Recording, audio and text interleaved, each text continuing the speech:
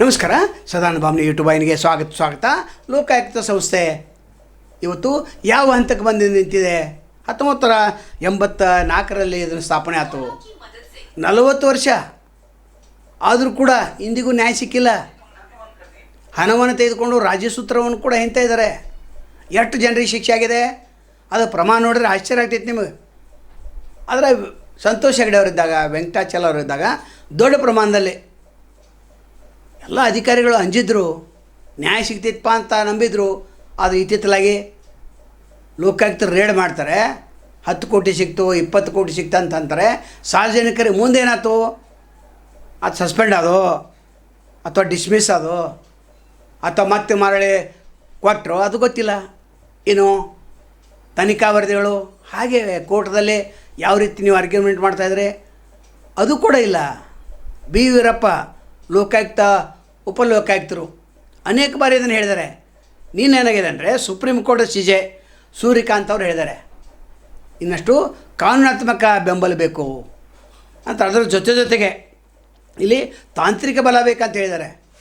ಎಷ್ಟು ಲೋಕಾಯುಕ್ತ ಕಚೇರಿಗಳಿಗೆ ತಾಂತ್ರಿಕ ಬಲ ಕೊಟ್ಟಿದ್ರಿ? ಬದಲಾಗ್ತಿರೋಂಥ ಒಂದು ಸನ್ನಿವೇಶದಲ್ಲಿ ನೀವು ತಾಂತ್ರಿಕ ಒಂದು ಬಲವನ್ನು ಕೊಡಬೇಕಾಗಿತ್ತು.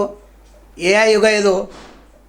ಎಷ್ಟೆಷ್ಟು ಅಪರಾಧಗಳು ನಡೀತಾ ಇರ್ತವೆ, ಆದರೆ ಹಿಡಿದು ನಂತರ ಅದನ್ನು ಕೋರ್ಟ್ಗೆ ಸಬ್ಮಿಟ್ ಮಾಡಿ ಅಲ್ಲಿ ಜಯ ಸಾಗಿಸೋದು ಕೇವಲ 4-5%. ಭಾಳ ಆಶ್ಚರ್ಯ ಆಗ್ತೈತೆ ಅದು ಲೋಕಾಯುಕ್ತರ ಈ ಕಾರ್ಯ. BS ಪಾಟೀಲ್ ಏನಿದ್ದಾರೆ ಅವ್ರು ಇನ್ನಷ್ಟು ಚುರುಕಾಗಬೇಕಾಗಿದೆ. ಅವ್ರು ಚುರುಕು ಇಲ್ಲೇ ಇಲ್ಲ. ನೇರವಾದ ಆಪಾದನೆ ಅಲ್ಲ. ಈ ಪ್ರಕರಣ ನೋಡಿದಾಗ ರೇಡ್ ಮಾಡ್ತಾರೆ ಅಷ್ಟೇ. ನಂತರ ಏನಾಯ್ತು ಶಿಕ್ಷೆ ಅದು ಪ್ರಮಾಣ ಇಲ್ಲ. ಜನರಿಗೆ ನ್ಯಾಯ ಕೊಡಿಸ್ಬೇಕು, ಭ್ರಷ್ಟಾಚಾರ ಮುಕ್ತ ಕರ್ನಾಟಕ ಮಾಡಬೇಕು. ಕರ್ನಾಟಕದಲ್ಲಿ ದೊಡ್ಡ ಒಂದು ಸ್ವಯಂ ಸಂಸ್ಥೆ ಅದು, ಆದರೆ ಯಾರು ಹಿಡಿತದಲ್ಲೇ? ರಾಜಕಾರಣಿಗಳ ಹಿಡಿತದಲ್ಲಿದೆ. ನಂತರ ಅಣ್ಣಾ ಹಜಾರೆ ಅವರು ಕೂಡ ಲೋಕಪಾಲ ಮಸೂದೆಯನ್ನು ಮಂಡನೆ ಮಾಡ್ಬೇಕಂದ್ರೆ ಲೋಕಪಾಲ ಬಂದಿದೆ. ಎಲ್ಲಿದೆ ಲೋಕಪಾಲ? ಎಲ್ಲಿ ನಾಪತ್ತೆನಿದೆ? ಅದ್ರ ಬಗ್ಗೆ ಅವೇರ್ನೆಸ್ ಇಲ್ಲ, ಜನರಿಗೂ ಇಲ್ಲ, ಹೋರಾಟಗಾರರಿಗಿಲ್ಲ, ಮತ್ತು ರಾಜಕಾರಣಿಗೆ ಆಗಬೇಕಾಗಿದೆ. ಅವ್ರು ಪ್ರಚಾರವನ್ನು ಮಾಡಿಲ್ಲ.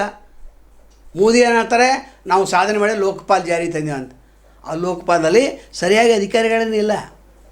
ಇಂಥ ಒಂದು ವ್ಯವಸ್ಥೆ ಇದ್ದಾಗ ಅಲ್ಲಿ ಕೇಂದ್ರದಲ್ಲಿ ಲೋಕಪಾಲ ವಿಫಲ ಆಗಿದೆ. ಇಲ್ಲಿ ಲೋಕಾಯುಕ್ತರು ಆಗಾಗ ಸ್ವಲ್ಪ ಸಾಧನೆಯನ್ನು ಮಾಡ್ತಾಯಿದ್ದಾರೆ.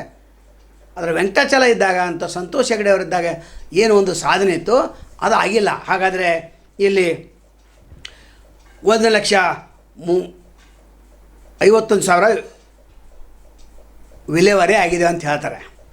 ಲೋಕಾಯುಕ್ತ ಸಂಸ್ಥೆಯಾದ 1986ರಿಂದ ಈವರೆಗೆ ಸಂಸ್ಥೆಯಲ್ಲಿ ದಾಖಲಾದ 1,75,126 ಪ್ರಕರಣಗಳಲ್ಲಿ 1,51,233 ಪ್ರಕರಣಗಳು ವಿಲೇವಾರಿ ಮಾಡಲಾಗಿದೆ.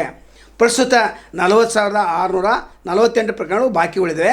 ಇತ್ತೀಚಿನ ಅವಧಿಯಲ್ಲಿ 24,805 ಪ್ರಕರಣಗಳನ್ನು ವಿಲೇವಾರಿ ಮಾಡುವ ಮೂಲಕ ವೇಗ ನೀಡಲಾಗ್ತಿದೆ.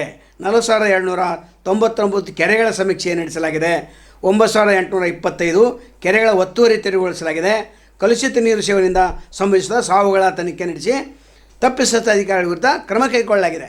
ಇದು ಕೇವಲ ಹೇಳಿಕೆ ಅಷ್ಟೇ. ಅದು ಯಾರ ಮೇಲೂ ಕ್ರಮ ಹೆಚ್ಚು ಕೈಗೊಂಡಿಲ್ಲ. ಕಾರ್ಖಾನೆಗಳೇ ಕಲುಷಿತವಾದಂಥ ನೀರನ್ನು ಬಿಡ್ತಾರೆ ಅಂತ ಲೋಕಾಯುಕ್ತ ವರದಿ ಕೊಟ್ಟರೆ ಅವರು ಸುಮ್ಮಿರ್ತಾರೆ.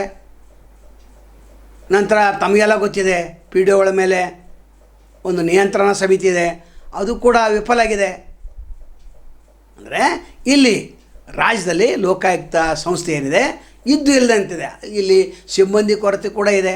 ಇನ್ನು ಗ್ರಾಮ ಪಂಚಾಯತಿಗಳಲ್ಲಿ ಭ್ರಷ್ಟಾಚಾರ ಹೋಗಲಿಸಿ ಓಬಡ್ಸ್ಮನ್ ಒಂದು ಕಚೇರಿ ಇದೆ, ಅದು ಜನರಿಗೇನೂ ಗೊತ್ತಿಲ್ಲ ಓಬಡ್ಸ್ಮನ್ ಕಚೇರಿಯಲ್ಲಿತ್ತೆ ಅಂತ.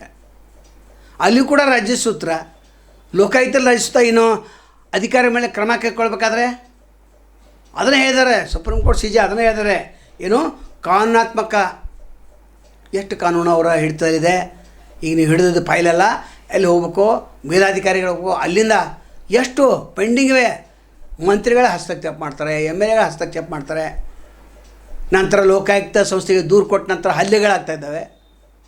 7 ಜನರ ಹಲ್ಲೆ ಆಯಿತಾ, 7 ಜನ ಕೊಲೆನೂ ಆಗಿದೆ, ಎಷ್ಟೋ ಜನರ ಮೇಲೆ ಪ್ರಕರಣ ದಾಖಲಾಗಿವೆ. ಹೀಗಾಗಿ ಲೋಕಾಯುಕ್ತಕ್ಕೆ ಒಂದು ದೊಡ್ಡ ಅಧಿಕಾರ ಸಿಗಬೇಕಾಗಿದೆ. ಒಟ್ಟಾರೆ ಲೋಕಾಯುಕ್ತ ಸಂಸ್ಥೆ ಇನ್ನಷ್ಟು ಬಲಶಾಲಿ ಆಗಬೇಕು. 40 ವರ್ಷ ಆಯಿತು ಇದು ಲೋಕಾಯುಕ್ತ ಸಂಸ್ಥೆ ಬಂದ ನಂತರ. 10-15 ವರ್ಷ ಯಾರಿಗೂ ಗೊತ್ತನೇ ಇರಲಿಲ್ಲ ಯಾವ ರೀತಿ ITI ಬಂತಲ್ಲ, ಆರ್ ಟಿ ಐ ಬಂದ ನಂತರ 7ರಿಂದ 8 ವರ್ಷ ಆರ್ ಟಿ ಐ ಅಂದರೆ ಏನು ಅದು ಸಹಿತ ಗೊತ್ತಿರಲಿಲ್ಲ. ಒಟ್ಟಾರೆ ಲೋಕಾಯುಕ್ತ ಸಂಸ್ಥೆಗೆ ಕಾನೂನಾತ್ಮಕ ಒಂದು ಬೆಂಬಲ ಬೇಕಾಗಿದೆ ಮತ್ತು ತಾಂತ್ರಿಕ ಬಲ ಸರ್ಕಾರ ನೀಡಬೇಕಾಗಿ ಹೆಚ್ಚು ಅನುದಾನವನ್ನು ಈ ಇಲಾಖೆಗೆ ಕೊಡಬೇಕಾಗಿದೆ. ಇದೊಂದು ಸ್ವತಂತ್ರ ಸಂಸ್ಥೆ, ಅದರ ಸ್ವತಂತ್ರ ಸಂಸ್ಥೆಯಾಗಿದ್ದು ಬೆಳೀತಾ ಇಲ್ಲ. ನಾಳೆ ತಮ್ಮನ್ನು ಬೇಡಾಗ್ತವೆ. ಅಲ್ಲಿವರೆಗೆ ಎಲ್ಚವಾಗಲಿ. ನಮಸ್ಕಾರ.